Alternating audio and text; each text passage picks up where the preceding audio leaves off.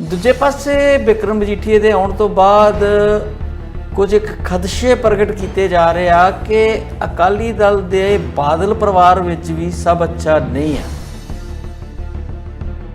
ਸੁਖਦੇਵ ਸਿੰਘ ਚੰਦੂਮਾਜਰਾ ਮੁਕਾਬਲਤਨ ਬਾਕੀ ਆਪਾਂ ਨੂੰ ਦਿਖਾਈ ਦੇ ਰਹੇ ਆ ਉਹਨਾਂ ਨਾਲੋਂ ਜ਼ਿਆਦਾ ਚਲਾਕ ਨੇ। ਬੀਜੇਪੀ ਤੇ ਅਕਾਲੀ ਦਲ ਦਾ ਇੱਕ ਦੂਜੇ ਤੋਂ ਬਿਨਾਂ ਗੁਜ਼ਾਰਾ ਨਹੀਂ ਔਰ ਇਹ ਅੱਜ ਨਹੀਂ ਤੇ ਕੱਲ ਇਕੱਠੇ ਹੋਣਗੇ। ਇਹ ਗੱਲ ਮੈਂ ਦਾਅਵੇ ਨਾਲ ਕਹਿ ਸਕਦਾ ਕਿ ਤੁਸੀਂ ਇਹ ਗੱਲ ਘੱਟੋ ਘੱਟ ਆਪਣੇ ਇਸ ਪ੍ਰੋਗਰਾਮ 'ਚ 10 ਵਾਰ ਰਿਪੀਟ ਕੀਤੀ ਆ।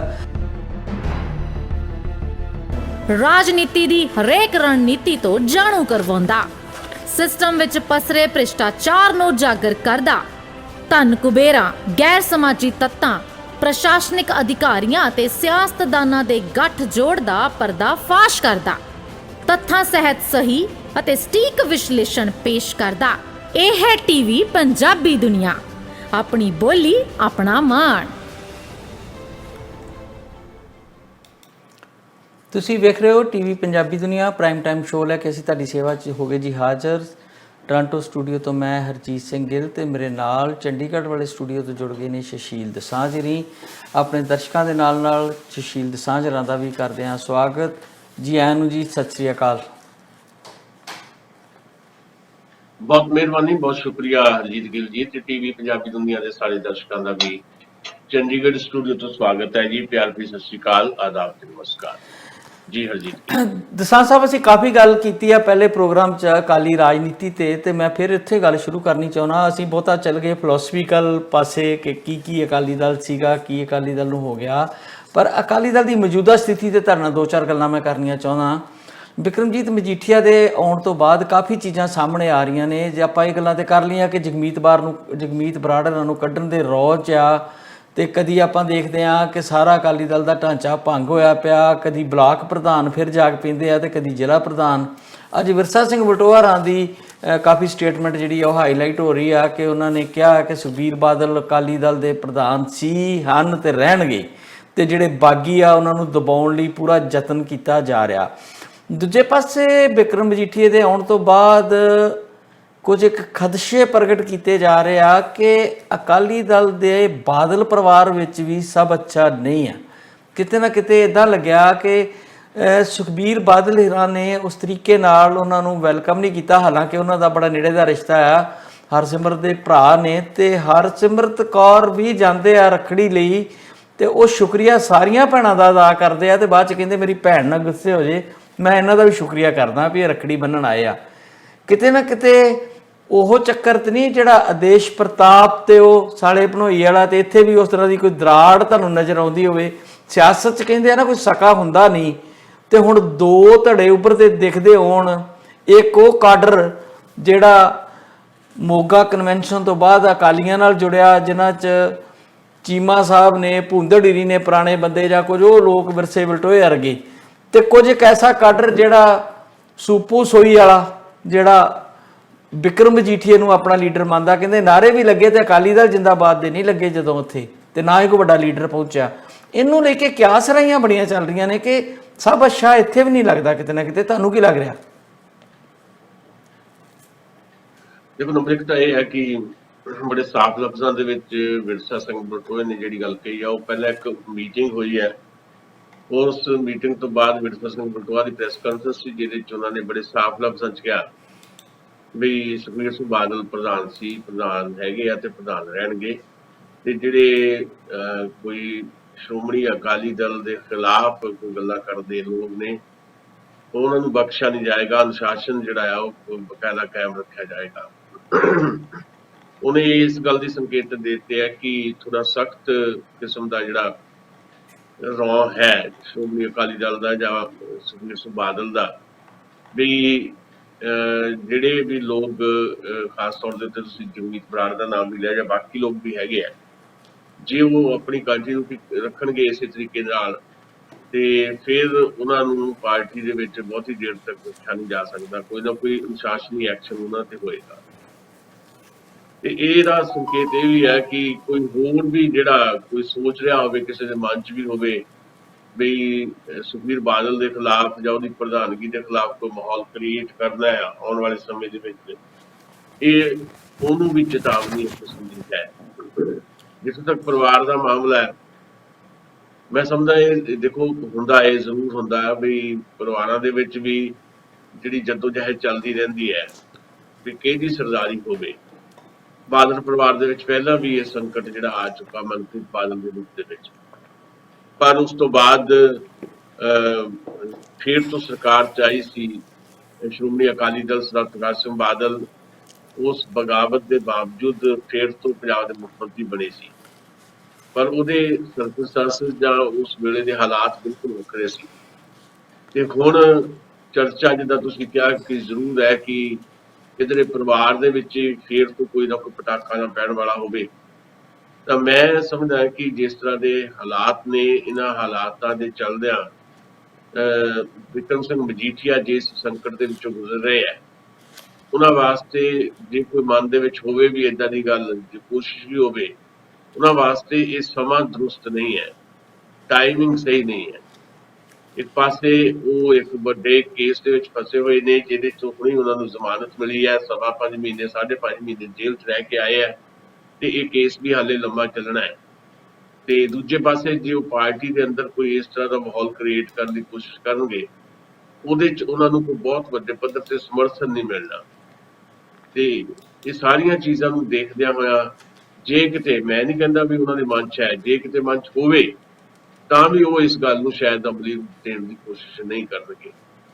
ਮੈਨੂੰ ਇਹ ਵੀ ਲੱਗਦਾ ਹੈ ਕਿ ਠੀਕ ਹੈ ਕਿ ਥੋੜੇ ਬਹੁਤ ਮਨਮੁਟਾਵ ਹੋ ਸਕਦੇ ਹੈ, ਜਿੱਦਾਂ ਸੁਖਬੀਰ ਸਿੰਘ ਬਾਦਲ ਹੋਰਾਂ ਨੇ ਸ਼ਾਇਦ ਉਸ ਰੂਪ ਦੇ ਵਿੱਚ ਕਿਤੇ ਦਿਖਾਈ ਨਹੀਂ ਦਿੱਤਾ ਉਹਨਾਂ ਦਾ ਕੋਈ ਵੀ ਏਦਾਂ ਦਾ ਦ੍ਰਿਸ਼ ਜਿਹਦੇ 'ਚ ਲੱਗੇ ਕਿ ਉਹਨਾਂ ਨੇ ਬਹੁਤ ਵੱਡੇ ਪੱਧਰ ਤੇ ਵੈਲਕਮ ਕੀਤਾ ਵਿਕਰਮ ਸਿੰਘ ਮਜੀਠੀਆ ਨੂੰ। ਪਰ ਉਹਨਾਂ ਦੀ ਭੈਣ ਬੀਬਾ ਹਰਸਿਮਰਤ ਕੌਰ ਬਾਦਲ, ਉਹ ਜਦੋਂ ਉਹਨਾਂ ਦੀ ਜ਼ਮਾਨਤ ਦੀ ਖਬਰ ਉਹਨਾਂ ਕੋਲ ਆਈ ਸੀ, ਉਦੋਂ ਹੀ ਬਹੁਤ ਭਾਵੁਕ ਹੋ ਗਏ ਸੀ ਤੇ ਉਹਨਾਂ ਨੇ ਇਹ ਗੱਲਾਂ ਕਹੀਆਂ ਸੀ ਕਿ ਮੈਂ ਤਾਂ ਅੱਜ ਸਵੇਰੇ ਹੀ ਰੱਖੜੀ ਆਪਣੇ ਪਰਸ 'ਚ ਪਾ ਲਈ ਸੀ ਤੇ ਸੋਚਿਆ ਸੀ ਕਿ ਹੁਣ ਪਟਿਆਲੇ ਜਾ ਕੇ ਜੇਲ੍ਹ 'ਚ ਰੱਖੜੀ ਬੰਨ੍ਹਣੀ ਪੈਣੀ ਹੈ, ਪਰ ਅਰਦਾਸ ਕੀਤੀ ਦਰਬਾਰ ਸਾਹਿਬ ਜਾ ਕੇ ਤੇ 15 ਮਿੰਟ ਬਾਅਦ ਹੀ ਜ਼ਮਾਨਤ ਦੀ ਖਬਰ ਆ ਗਈ। ਉਦੋਂ ਉਹਨਾਂ ਦੀ ਅੱਖਾਂ 'ਚ ਹੰਝੂ ਵੀ ਸੀ, ਕਾਫੀ ਭਾਵੁਕ ਦਿਖਾਈ ਦੇ ਰਹੇ ਸੀ।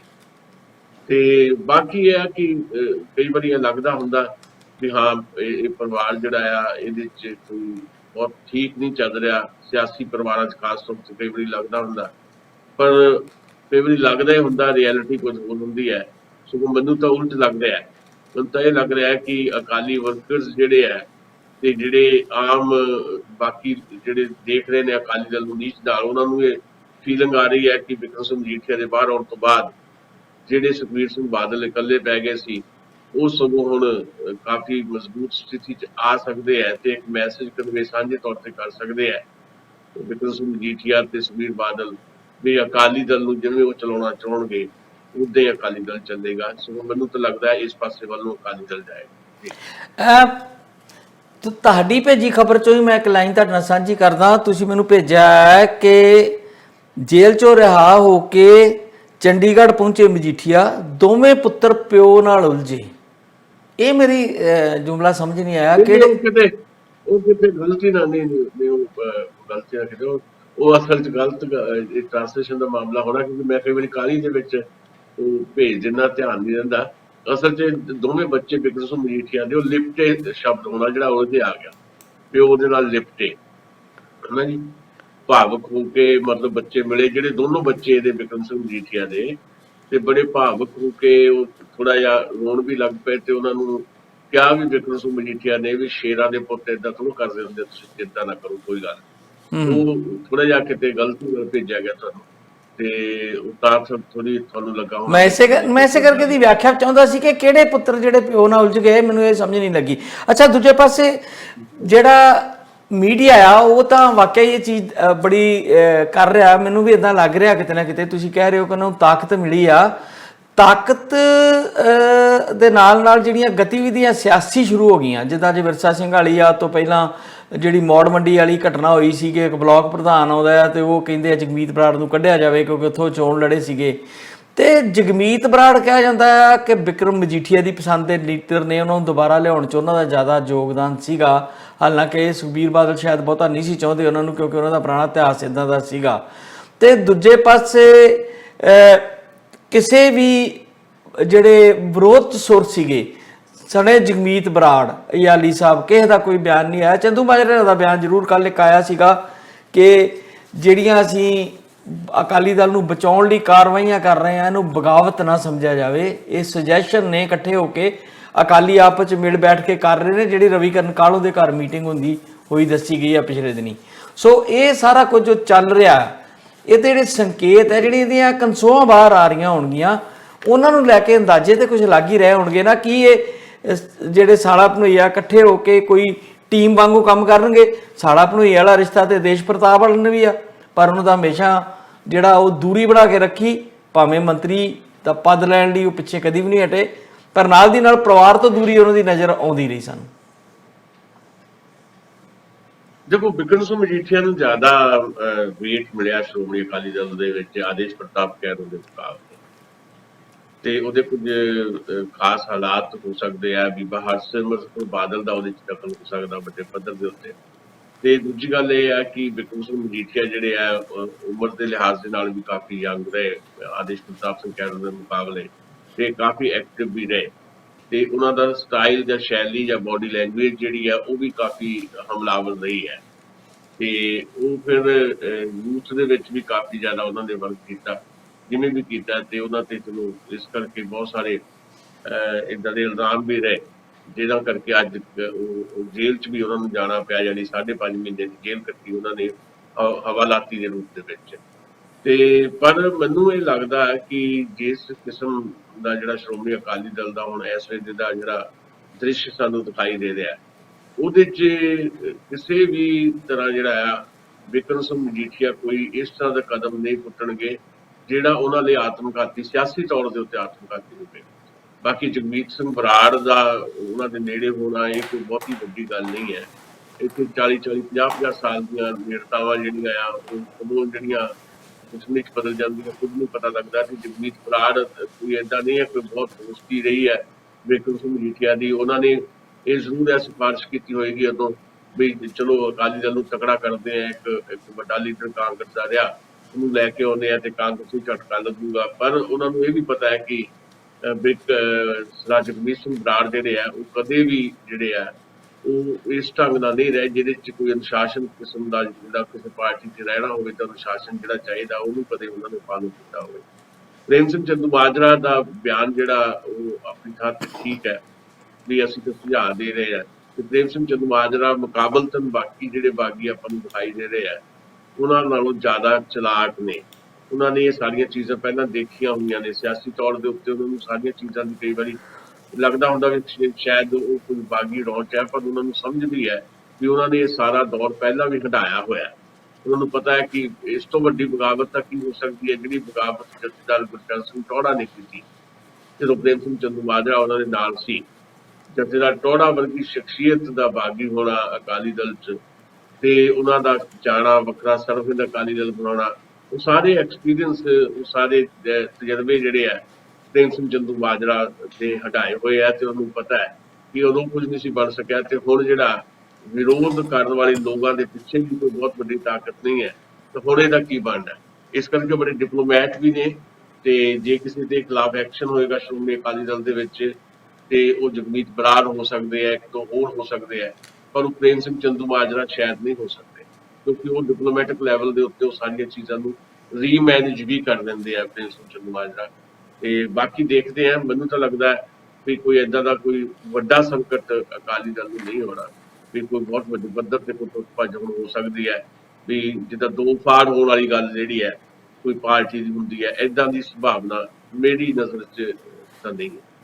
ਬਿਲਕੁਲ ਠੀਕ ਹੈ ਜੀ, ਪਰ ਸੰਕਟ ਇਦੋਂ ਵੱਡਾ ਕੀ ਹੋ ਸਕਦਾ ਅਕਾਲੀ ਦਲ ਲਈ ਕਿ ਅਕਾਲੀ ਦਲ ਦੀ ਹੋਂਦ ਹੁਣ ਪੰਜਾਬ ਦੇ ਵਿੱਚ ਨਾ ਦੇ ਬਰਾਬਰ ਹੈ, ਤੇ ਉਹਦੇ ਲਈ ਲੋਕ ਕਿਆ ਸਰਾਈਆਂ ਲਾ ਰਹੇ ਆ ਕਿ ਜੇ ਸੁਖਬੀਰ ਬਾਦਲ ਪ੍ਰਧਾਨਗੀ ਨਹੀਂ ਛੱਡਦੇ ਤੇ ਕੁਝ ਵੀ ਹੋ ਸਕਦਾ, ਭਾਵੇਂ ਬਗਾਵਤ ਨਾ ਵੀ ਹੋਵੇ, ਫਿਰ ਅਕਾਲੀ ਦਲ ਆਪਣੀ ਹੋਂਦ ਉੱਦਾਂ ਹੀ ਗਵਾ ਬੈਗਾ। ਇਹ ਗੱਲ ਤੇ ਲੋਕੀ ਹੁਣ ਮੰਨ ਕੇ ਬੈਠੇ ਹੋਏ ਆ ਕਿ ਜਿੰਨਾ ਚਿਰ ਬਾਦਲ ਪਰਿਵਾਰ ਦਾ ਦੌਰ ਸੀਗਾ ਉਹ ਲੰਘ ਗਿਆ, ਹੁਣ ਅਜੇ ਸ਼੍ਰੋਮਣੀ ਕਮੇਟੀ ਵਾਲਾ ਐਪੀਸੋਡ ਬਾਕੀ ਆ, ਬਾਕੀ ਲਗਭਗ ਉਹਨਾਂ ਦੇ ਕੋਲ ਕੁਛ ਨਹੀਂ ਰਿਹਾ। ਤੇ ਜੇ ਸ਼੍ਰੋਮਣੀ ਕਮੇਟੀ ਉਹਨਾਂ ਦੇ ਹੱਥੋਂ ਨਿਕਲ ਜਾਂਦੀ ਹੈ ਤੇ ਫਿਰ ਅਕਾਲੀ ਦਲ ਦੇ ਉੱਤੇ ਇਸ ਪਰਿਵਾਰ ਦਾ ਜਿਹੜਾ ਕਬਜ਼ਾ ਹੈ, ਇੱਕ ਕਿਸਮ ਦੀ ਉਹਨਾਂ ਦੀ ਪਰਿਵਾਰਕ ਪਾਰਟੀ ਬਣੀ ਹੋਈ ਸੀ, ਉਹ ਹੁਣ ਦੌਰ ਜਿਹੜਾ ਉਹ ਨਹੀਂ ਰਹੇਗਾ। ਕੋਈ ਨਵੇਂ ਚਿਹਰੇ ਆਉਣਗੇ, ਜ਼ਰੂਰ ਕੋਈ ਨਾ ਕੋਈ ਇਹਦੇ ਵਿੱਚ ਤਬਦੀਲੀ ਹੋਏਗੀ।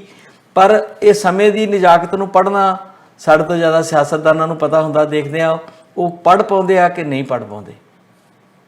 ਇਹਦੇ 'ਚ ਇੱਕ ਹੋਰ ਗੱਲ ਜਿਹੜੀ ਹੈ ਨਾ, ਜਿਹੜੀ ਹੁਣ ਪਿਛਲੇ 2 ਦਿਨ ਤੇ ਵਾਪਰੀ ਹੈ, ਉਹਨੂੰ ਧਿਆਨ 'ਚ ਰੱਖਣ ਦੀ ਜ਼ਰੂਰਤ ਹੈ। ਅਕਾਲੀ ਦਲ ਦੇ ਭਵਿੱਖ ਦਾ ਫੈਸਲਾ ਕੇਵਲ ਅਕਾਲੀ ਦਲ ਦੇ ਜਿਹੜੇ ਲੋਕ ਹੈ ਇਹਨਾਂ ਨੇ ਨਹੀਂ ਕਰਨਾ। ਅਕਾਲੀ ਦਲ ਦੇ ਭਵਿੱਖ ਦਾ ਫੈਸਲਾ ਭਾਰਤੀ ਜਨਤਾ ਪਾਰਟੀ ਦੀ ਜਿਹੜੀ ਅਪਰੋਚ ਅਕਾਲੀ ਦਲ ਦੇ ਪ੍ਰਤੀ ਕੀ ਰਹਿੰਦੀ ਆ ਉਹਨੇ ਵੀ ਕਰਨਾ ਹੈ। ਕਿਉਂਕਿ ਬਿਹਾਰ ਦੇ ਘਟਨਾਕ੍ਰਮ ਨੇ ਜਿਹੜਾ ਆ ਭਾਰਤੀ ਜਨਤਾ ਪਾਰਟੀ ਦਾ ਐਟੀਟਿਊਡ ਜਿਹੜਾ ਆ ਆਪਣੇ ਸਹਿਯੋਗੀਆਂ ਦੇ ਪ੍ਰਤੀ ਜਿਹੜਾ ਉਹਨੂੰ ਥੋੜਾ ਕਿਤੇ ਨਾ ਕਿਤੇ ਬ੍ਰੇਕ ਲਾਈ ਆ। ਉਹ ਜਿਹੜਾ ਬੜਾ ਹਾਰਡ ਕੋਰ ਜਿਹੜਾ ਇੱਕ ਪਾਲਿਸੀ ਤੇ ਚੱਲ ਰਹੇ ਸੀ, ਉਹਦੇ 'ਚ ਕਿਤੇ ਨਾ ਕਿਤੇ ਉਹ ਰੀਥਿੰਕ ਕਰ ਰਹੇ ਆ ਵੀ ਜਿਸ ਤਰ੍ਹਾਂ ਪਿਛਲੇ 2 ਸਾਲਾਂ ਦੇ ਵਿੱਚ 3 ਵੱਡੇ ਸਹਿਯੋਗੀ ਭਾਰਤੀ ਜਨਤਾ ਪਾਰਟੀ ਨੇ ਗਵਾਏ, ਜਿਹਦੇ 'ਚ ਸ਼੍ਰੋਮਣੀ ਅਕਾਲੀ ਦਲ ਵੀ ਸ਼ਾਮਲ ਹੈ। ਜੇ ਇਸੇ ਤਰ੍ਹਾਂ ਉਹ ਚੱਲਦੇ ਰਹੇ ਤਾਂ ਫਿਰ ਐਨਡੀਏ ਦੇ ਵਿੱਚੋਂ ਹੋਰ ਲੋਕਾਂ ਦੇ ਵੀ ਖਿਸਕ ਜਾਣ ਦਾ ਖਤਰਾ ਬਰਕਰਾਰ ਹੈ। ਹੋਰ ਲੋਕ ਨਾ ਖਿਸਕਣ, ਸਗੋਂ ਜਿਹੜੇ ਖਿਸਕ ਗਏ ਉਹਨਾਂ ਦੇ ਵਿੱਚੋਂ ਕੁਝ ਪੋਜ਼ਿਟਿਵਲੀ ਜੇ ਵਾਪਸ ਲਿਆਂਦੇ ਜਾ ਸਕਣ। ਇਸ ਨੀਤੀ ਤੇ ਕੰਮ ਕਰਨਾ ਸ਼ੁਰੂ ਕਰ ਦਿੱਤਾ ਹੈ, ਵਰਕ ਕਰਨਾ ਸ਼ੁਰੂ ਕਰ ਦਿੱਤਾ ਹੈ ਭਾਰਤੀ ਜਨਤਾ ਪਾਰਟੀ ਨੇ।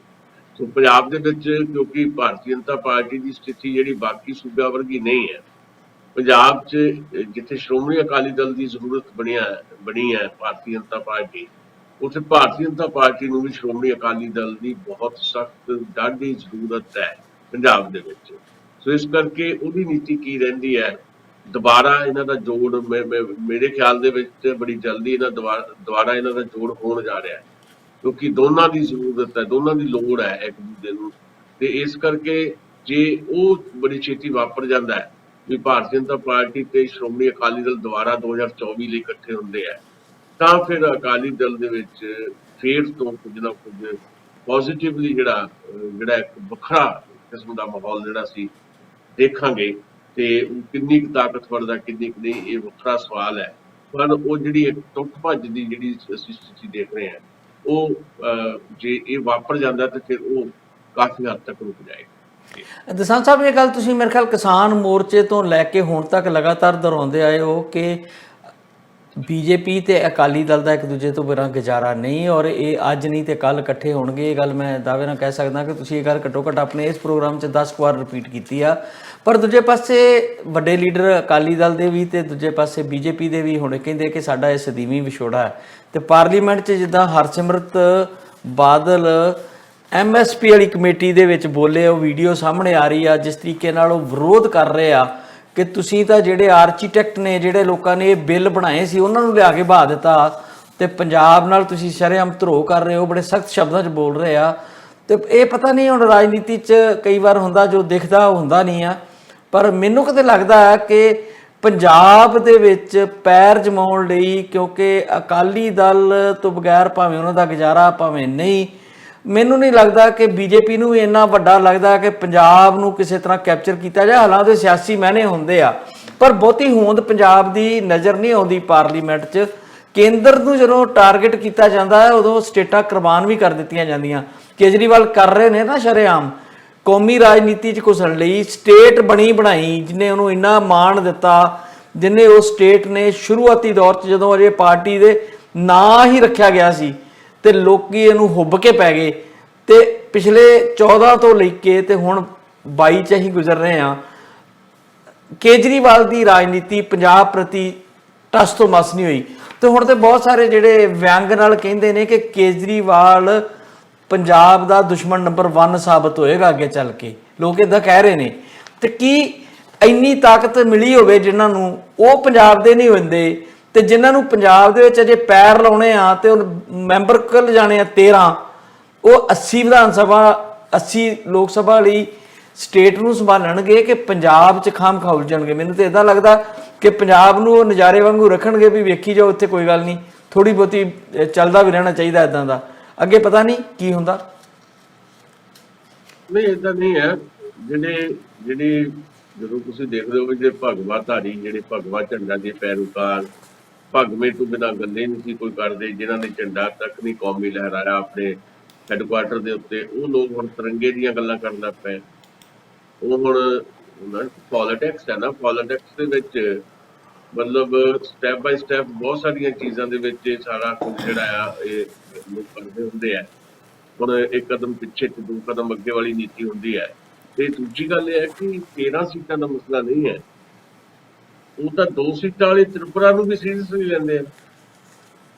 2 ਸੀਟਾਂ ਨਾ ਤ੍ਰਿਪੁਰਾ ਦੀਆਂ, ਉਹ ਤਾਂ ਉਹਦੇ ਲਈ ਵੀ ਜੀ ਜਾਨ ਲਾਤਾ ਉਹਨਾਂ ਨੇ। ਉਹ ਤਾਂ ਗੋਆ ਲਈ ਵੀ ਜੀ ਜਾਨ ਲਾਉਂਦੇ ਆ, ਭੰਨ ਤੋੜ ਕਰਕੇ ਜਿਵੇਂ ਮਰਜ਼ੀ ਆ ਗੋਆ ਦੇ ਵਿੱਚ ਸਰਕਾਰ ਬਣਾਈ। 13 ਸੀਟਾਂ ਤਾਂ ਬਹੁਤ ਅਹਿਮ ਹੈ। ਜਦੋਂ ਨੈਕ ਟੂ ਨੈਕ ਫਾਈਟ ਵਾਲੀ ਸਥਿਤੀ ਬਣ ਜਾਵੇ ਕਦੇ, ਜਿਹੜੀ ਮਤਲਬ ਜਿਸ ਤਰ੍ਹਾਂ ਦੀ ਓਪੋਜੀਸ਼ਨ ਦੀ ਸਥਿਤੀ ਕਰ ਦਿੱਤੀ ਭਾਰਤੀ ਜਨਤਾ ਪਾਰਟੀ ਨੇ, ਉਹਦੇ 'ਚ ਦੁਬਾਰਾ ਓਪੋਜੀਸ਼ਨ ਜਿੱਦਾਂ ਉੱਠਣ ਦੀ ਕੋਸ਼ਿਸ਼ ਕਰ ਰਹੀ ਹੈ ਬਿਹਾਰ ਵਾਲੇ ਐਪੀਸੋਡ ਤੋਂ ਬਾਅਦ, ਜਿਵੇਂ ਸ਼ਰਦ ਪਵਾਰ ਹੋਣੀ ਵੀ ਐਕਟਿਵ ਹੋ ਗਏ, ਅਖਿਲੇਸ਼ ਯਾਦਵ ਵੀ ਐਕਟਿਵ ਹੋ ਗਏ। ਤੇ ਜੇ ਕੱਲ ਨੂੰ ਕੋਈ ਉੱਤਰੀ ਭਾਰਤ ਦੇ ਜਿਹੜੇ 2 ਸੂਬੇ ਆ ਬਿਹਾਰ ਤੇ ਯੂਪੀ, ਜੇ ਇਹਨਾਂ ਸੂਬਿਆਂ ਦੇ ਵਿੱਚ ਸਥਿਤੀਆਂ ਜਿਹੜੀਆਂ ਥੋੜ੍ਹੀਆਂ ਵੱਖਰੀਆਂ ਹੋ ਗਈਆਂ, 80 ਤੇ 40 120 ਦੇ ਕਰੀਬ ਸੀਟਾਂ 2 ਸੂਬਿਆਂ ਦੀਆਂ ਹੈਗੀਆਂ, ਜੇ ਇੱਥੇ ਪੇਚਾ ਪੈ ਗਿਆ ਫਿਰ ਤਾਂ 2 ਸੀਟਾਂ ਵਾਲਾ ਤ੍ਰਿਪੁਰਾ ਵੀ ਬਹੁਤ ਜ਼ਿਆਦਾ ਅਹਿਮ ਹੋ ਜਾਂਦਾ ਹੈ, 13 ਸੀਟਾਂ ਵਾਲਾ ਪੰਜਾਬ ਤਾਂ ਅਹਿਮ ਹੋਣਾ ਹੀ। ਸੋ ਇਹ ਨਹੀਂ ਹੈ ਕਿ ਉਹ ਪੰਜਾਬ ਨੂੰ ਦੇਖੋ, ਹੁਣ ਉੜੀਸਾ ਵੱਲ ਜਾ ਰਹੇ ਆ ਗ੍ਰਹਿ ਮੰਤਰੀ ਅਮਿਤ ਸ਼ਾਹ, ਉੱਥੇ ਨਵੀਨ ਪਟਨਾਇਕ 21 ਸਾਲ ਤੋਂ ਮੁੱਖ ਮੰਤਰੀ ਆ ਬੀਜੂ ਜਨਤਾ ਦਲ ਨੇ, ਤੇ ਉੱਥੇ ਮੇਰੇ ਲਾਲੇ ਜਾ ਕੇ ਗ੍ਰਹਿ ਮੰਤਰੀ ਅਮਿਤ ਸ਼ਾਹ ਨੇ, ਤੇ ਉੱਥੇ ਵੀ ਕੋਸ਼ਿਸ਼ ਕੀਤੀ ਜਾ ਰਹੀ ਹੈ ਕਿਸੇ ਨਾ ਕਿਸੇ ਤਰੀਕੇ ਦੇ ਨਾਲ ਆਪਣਾ ਫੈਲਾਅ ਕੀਤਾ ਜਾ ਸਕੇ। ਹਰ ਥਾਂ ਦੇ ਉੱਤੇ ਉਹਨਾਂ ਨੇ ਕੋਈ ਨਾ ਕੋਈ ਆਪਣੇ ਤਰੀਕੇ ਦੇ ਨਾਲ ਭਾਰਤੀ ਜਨਤਾ ਪਾਰਟੀ ਨੇ ਆਪਣੀ ਸਥਾਪਤੀ ਜਿਹੜੀ ਹੈ ਉਹ ਕਰਨ ਦੀ ਕੋਸ਼ਿਸ਼ ਕੀਤੀ ਹੈ। ਪੰਜਾਬ 'ਚ ਵੀ ਉਹਨਾਂ ਦੇ ਪਲਾਨ ਕਈ ਹੋ ਸਕਦੇ ਆ।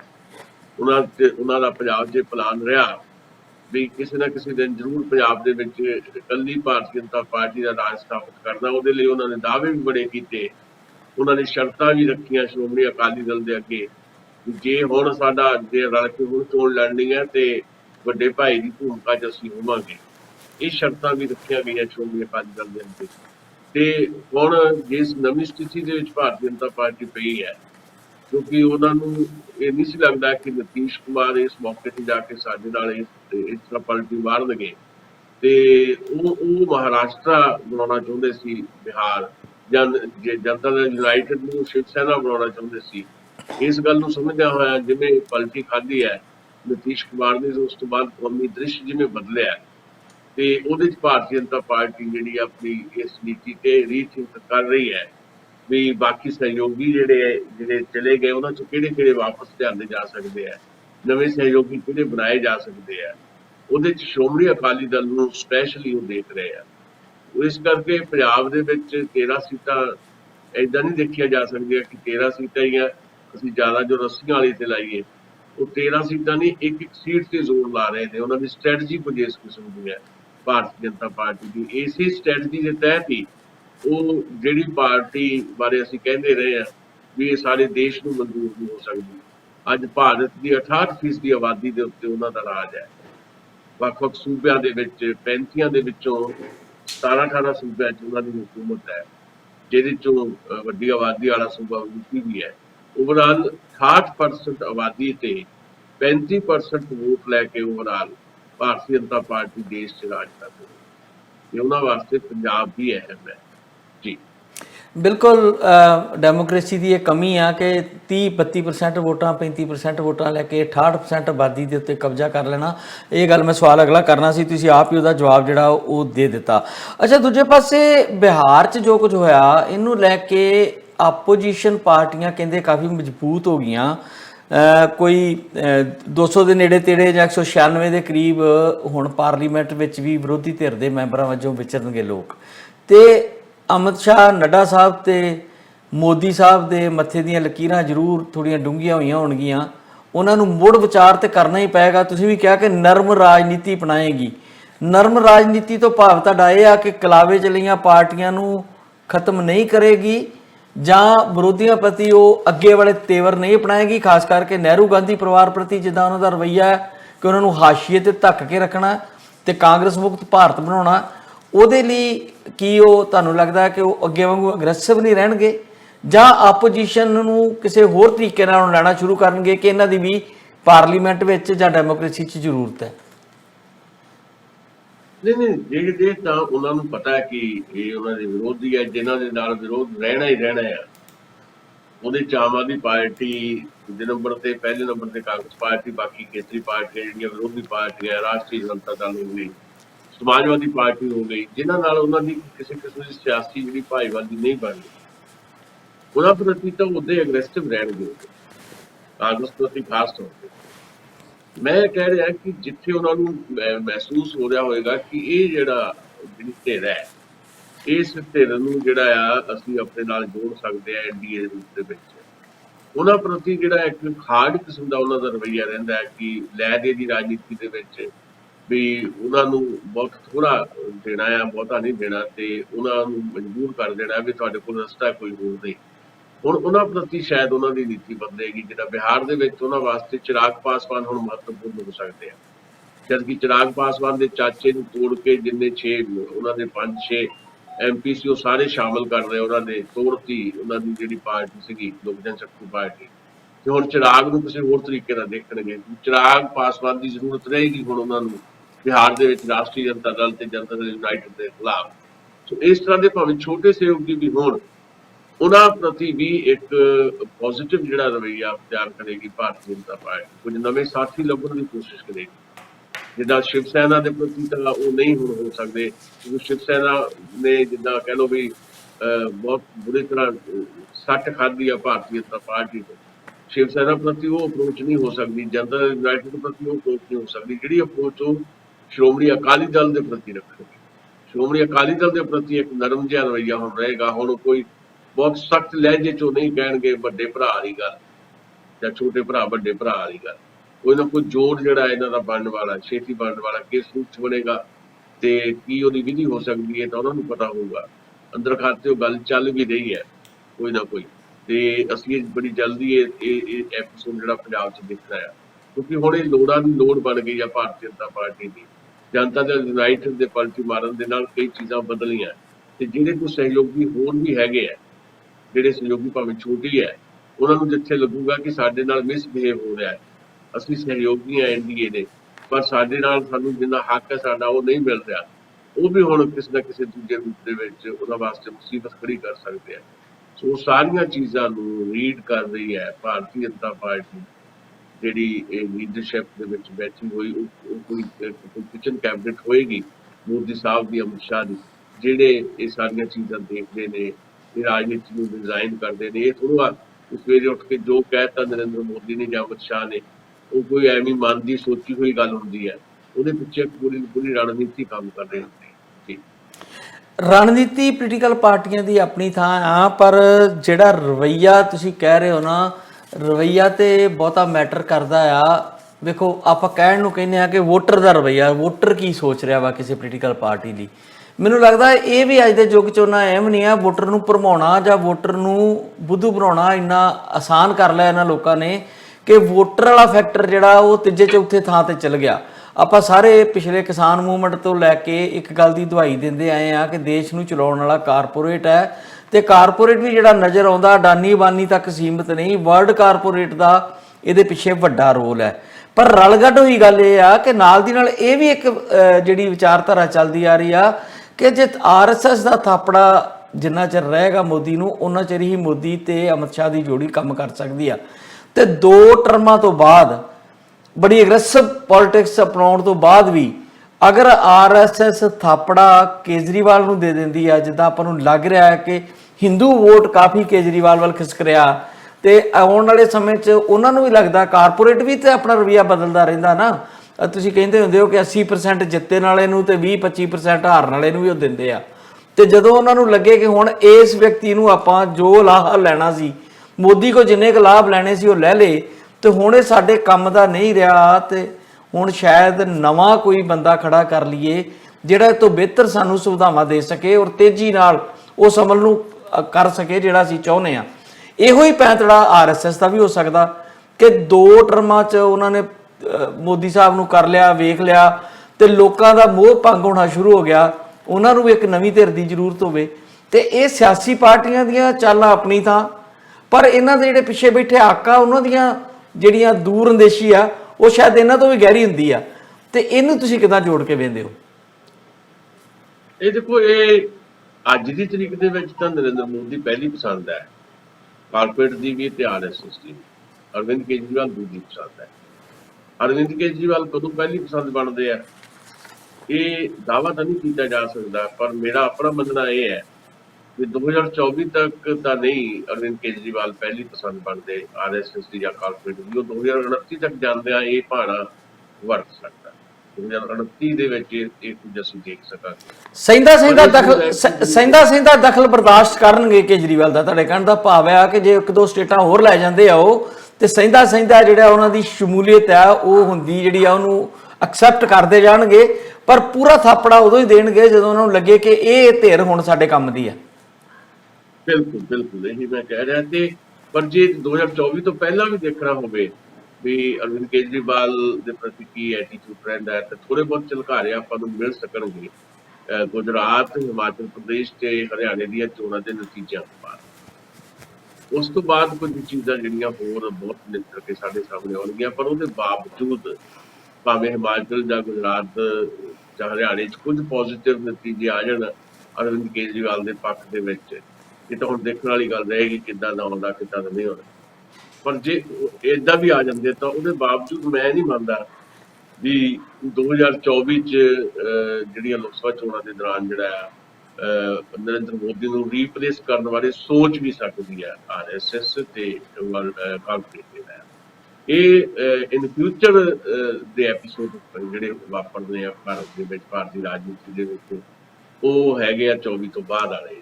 2024 ਤੋਂ ਬਾਅਦ 2029 ਤੱਕ ਜਾਂਦਿਆਂ ਬਹੁਤ ਸਾਰੀਆਂ ਚੀਜ਼ਾਂ ਨਵੀਆਂ ਹੋ ਸਕਦੀਆਂ, ਨਵੇਂ ਲੋਕ ਵੀ ਸਾਡੇ ਸਾਹਮਣੇ ਹੋ ਸਕਦੇ ਆ ਜਿਨ੍ਹਾਂ ਦੇ ਨਾਂ ਨਾ ਸੁਣੇ ਹੋਣ, ਜਾਣਕਾਰੀ ਵੀ ਨਾ ਹੋਵੇ ਜਿਨ੍ਹਾਂ ਬਾਰੇ। ਇੱਦਾਂ ਦੇ ਲੋਕ ਵੀ ਬਹੁਤ ਸਾਰੇ ਆਉਣ ਵਾਲੇ ਸਮੇਂ ਦੇ ਵਿੱਚ ਸਾਡੇ ਸਾਹਮਣੇ ਆਉਣ ਵਾਲੇ ਆ।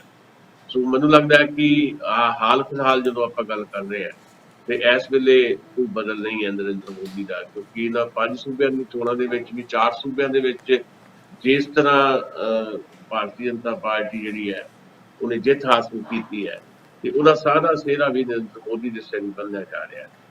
ਤੇ ਇਸ ਕਰਕੇ ਨਰਿੰਦਰ ਮੋਦੀ ਨੂੰ ਹਾਲ ਫਿਲਹਾਲ ਕੋਈ ਬਹੁਤ ਵੱਡਾ ਚੈਲੰਜ ਨਹੀਂ ਹੈ, ਪਰ ਇਹ ਲੋਕ ਸਮਝ ਤਾਂ ਰਹੇ ਆ ਕਿ ਚੈਲੰਜ ਹੈ। ਉਹ ਚੈਲੰਜ ਹੈ ਕਰਕੇ ਜਿਹੜਾ ਆ ਉਹ ਫ੍ਰੀ ਵਾਲਾ ਜਿਹੜਾ ਰੇਡੀਓ ਵੰਡਣ ਵਾਲੀ ਗੱਲ ਜਿਹੜੀ ਹੈ ਉਹ ਸਾਡੇ ਸਾਹਮਣੇ ਆ ਰਹੀ ਹੈ। ਖੁਦ ਨਰਿੰਦਰ ਮੋਦੀ ਤੇ ਭਾਰਤੀ ਜਨਤਾ ਪਾਰਟੀ ਦੀ ਲੀਡਰਸ਼ਿਪ ਜਿਹੜੀ ਆ ਉਹ ਇਸ ਗੱਲ ਨੂੰ ਉਭਾਰ ਰਹੀ ਹੈ ਵੀ ਇਹ ਰੇੜੀਆਂ ਵੰਡਣ ਵਾਲੀ ਗੱਲ ਨਹੀਂ ਹੋਣੀ ਚਾਹੀਦੀ। ਤੇ ਭਾਰਤੀ ਜਨਤਾ ਪਾਰਟੀ ਦੇ ਇੱਕ ਆਗੂ ਨੇ ਸੁਪਰੀਮ ਕੋਰਟ ਦੇ ਵਿੱਚ ਉਹ ਪਟੀਸ਼ਨ ਲਾਈ ਹੋਈ ਹੈ ਜਿਹਦੇ ਤੇ ਸੁਣਵਾਈ ਵੀ ਸ਼ੁਰੂ ਹੋ ਗਈ ਹੈ। ਸੋ ਭਾਰਤੀ ਜਨਤਾ ਪਾਰਟੀ ਜਾਂ ਨਰਿੰਦਰ ਮੋਦੀ ਜਾਂ ਅਮਿਤ ਸ਼ਾਹ ਉਹ ਇਸ ਮੰਨ ਕੇ ਚੱਲ ਰਹੇ ਹੈ ਵੀ ਅਰਵਿੰਦ ਕੇਜਰੀਵਾਲ ਜਿਸ ਤਰੀਕੇ ਦੇ ਨਾਲ ਮੁਫਤ ਦੀਆਂ ਰੇੜੀਆਂ ਵੰਡਣ ਦੀ ਮਹਾਰਤ ਰੱਖ ਰਹੇ ਆ ਤੇ ਉਹ ਉਹਨਾਂ ਲਈ ਖਤਰਾ ਬਣ ਸਕਦਾ ਹੈ। ਤੇ ਜਦੋਂ ਫਿਰ ਸੁਪਰੀਮ ਕੋਰਟ ਜਾਂ ਫਿਰ BJP ਦੇ ਕੋਈ ਲੋਕਾਂ ਵੱਲੋਂ ਇਹ ਗੱਲਾਂ ਆ ਰਹੀਆਂ ਤੇ ਉਦੋਂ ਹੀ ਬੜਾ ਸਖਤ ਪ੍ਰਤੀਕਰਮ ਅਰਵਿੰਦ ਕੇਜਰੀਵਾਲ ਦਾ ਵੀ ਹੁੰਦਾ ਹੈ। ਜਿਨ੍ਹਾਂ ਨੂੰ ਤੁਸੀਂ ਰੇੜੀਆਂ ਕਹਿੰਦੇ ਹੋ ਉਹ ਸਰਕਾਰ ਦੀ ਜ਼ਿੰਮੇਵਾਰੀ ਹੁੰਦੀ ਹੈ। ਸੋ ਇਹ ਜਿਹੜਾ ਟਕਰਾਅ ਆ, ਇਹ ਟਕਰਾਅ ਵੀ ਦੱਸਦਾ ਹੈ ਕਿ ਕਿਤੇ ਨਾ ਕਿਤੇ ਇੱਕ ਡਰ ਅਰਵਿੰਦ ਕੇਜਰੀਵਾਲ ਦੇ ਅੱਗੇ ਵਧਣ ਦਾ ਜਿਹੜਾ ਆ ਉਹ ਮੋਦੀ ਸਾਹਿਬ ਜਾਂ ਬਾਕੀ ਜਿਹੜੀ ਉਹਨਾਂ ਦੀ ਧਿਰ ਹੈ ਉਹਨਾਂ ਦੇ ਮਨ ਦੇ ਵਿੱਚ। ਦਸਾਂ ਸਾਹਿਬ, ਨੈਸ਼ਨਲ ਲੈਵਲ ਦੀ ਪੋਲਿਟਿਕਸ 'ਚ ਤੇ ਇਹ ਗੱਲਾਂ ਪੋਸੀਬਲ ਹੋ ਸਕਦੀਆਂ ਜਿਹੜੀਆਂ ਤੁਸੀਂ ਸਾਰੀਆਂ ਗਣਾਈਆਂ ਨੇ, ਪਰ ਜਦੋਂ ਅਸੀਂ ਇੰਟਰਨੈਸ਼ਨਲ ਤੌਰ ਤੇ ਵੇਖਦੇ ਹਾਂ ਕਿ ਜਿਹੜਾ ਵਰਲਡ ਕਾਰਪੋਰੇਟ ਆ ਉਹਦਾ ਜਿਹੜਾ ਰੁਝਾਨ ਆ ਉਹ ਇਹ ਆ, ਜਿਹੜਾ ਤੁਸੀਂ ਰੇੜੀਆਂ ਵੰਡਣ ਵਾਲੀ ਗੱਲ ਕਰਦੇ ਹੋ ਕਿ ਆਪਣੀ ਉਮਰ ਨੂੰ ਲੰਬਿਆਂ ਕਰਨ ਲਈ ਉਹ ਕਈ ਨਵੇਂ ਫਾਰਮੂਲੇ ਲੈ ਕੇ ਆਉਂਦਾ ਹੈ। ਆਪਾਂ ਪਿੱਛੇ ਡਿਸਕਸ ਕਰਦੇ ਰਹੇ ਹਾਂ ਜਿਸ ਤਰੀਕੇ ਨਾਲ ਉਹਨਾਂ ਨੇ ਵੇਖਿਆ ਕਿ ਜਿਹੜੀਆਂ ਇੰਡਸਟਰੀ ਦੇ ਵਿੱਚ ਲੇਬਰ ਯੂਨੀਅਨਾਂ ਨੇ ਉਹ ਇਕੱਠੇ ਹੋ ਕੇ ਪ੍ਰੈਸ਼ਰ ਗਰੁੱਪ ਬਣਾ ਲੈਂਦੀਆਂ ਨੇ, ਉਹਨਾਂ ਅੱਗੇ ਝੁਕਣਾ ਪੈ ਜਾਂਦਾ। ਉਹਨਾਂ ਨੇ ਸਾਰਾ ਸਿਸਟਮ ਹੀ ਬਦਲ ਦਿੱਤਾ, ਖੰਡਿਆ ਦਿੱਤਾ ਸਾਰਾ ਕੁਝ। ਕੋਈ ਯੂਨਿਟ ਵੱਡੇ ਰਹਿਣ ਹੀ ਨਹੀਂ ਦਿੱਤੇ। ਕੋਈ ਚੀਜ਼ ਕਿਤੇੋਂ ਬਣਾ ਲਓ, ਕੋਈ ਕਿਤੇੋਂ ਬਣਾ ਲਓ, ਕੋਈ ਜਲੰਧਰੋਂ ਬਣਾ ਲਓ, ਕੋਈ ਲੁਧਿਆਣੇ ਤੋਂ ਬਣਾ ਲਓ। ਜਿੱਥੇ 5-5 10-10 ਕੰਮ ਕਰਦੇ ਆ ਤੇ ਵੰਡ ਕੇ ਕੰਮ ਦੇ ਦਿਓ, ਨਾਲੇ ਸਸਤਾ ਪੈਂਦਾ ਤੇ ਨਾਲੇ ਉਹ ਤੁਹਾਨੂੰ ਕੋਈ ਦਬਾਅ ਦਾ ਸਾਹਮਣਾ ਨਹੀਂ ਕਰਨਾ ਪੈਂਦਾ। ਹੁਣ ਇੰਟਰਨੈਸ਼ਨਲ ਤੌਰ ਤੇ ਤਾਂ ਵਰਲਡ ਕਾਰਪੋਰੇਟ ਜਿਹੜਾ ਆ ਉਹਦੀ ਨੀਤੀ ਇਹ ਬਣ ਰਹੀ ਆ ਕਿ ਮੁਫਤ ਰੇੜੀਆਂ ਜਿਹਨੂੰ ਅਸੀਂ ਕਹਿ ਰਹੇ ਹਾਂ ਭਾਰਤ ਦੇ ਕੰਟੈਸਟ ਦੇ ਵਿੱਚ, ਉਹ ਚੀਜ਼ ਨੂੰ ਵਰਲਡ ਕਾਰਪੋਰੇਟ ਖੁਦ ਹੀ ਅੱਗੇ ਲੈ ਕੇ ਆ ਰਿਹਾ। ਮਿਸਾਲ ਦੇ ਤੌਰ ਤੇ 3 ਦਿਨ ਦਾ ਵੀਕਐਂਡ, 4 ਦਿਨ ਦਾ ਵਰਕਿੰਗ ਜਿਹੜਾ ਵੀਕ ਆ ਉਹ ਕਰਨ ਦੀ ਕੋਸ਼ਿਸ਼ ਹੋ ਰਹੀ ਆ। ਜਿਹੜੀ ਮਿਨੀਮਮ ਸੈਲਰੀ ਵਾਲੀ ਗੱਲ ਪਿਛਲੇ ਲੰਬੇ ਸਮੇਂ ਤੋਂ ਚੱਲਦੀ ਆ, ਜਿਹੜੀ ਪਾਰਲੀਮੈਂਟਾਂ ਤੱਕ ਡਿਸਕਸ਼ਨ ਹੋ ਚੁੱਕੀ ਆ। ਸਵੀਡਨ ਦੀ ਪਾਰਲੀਮੈਂਟ ਨੇ ਉਹਨੂੰ ਰੱਦ ਕੀਤਾ ਸੀ 77% ਦੇ ਨਾਲ 3-4 ਸਾਲ ਪਹਿਲਾਂ।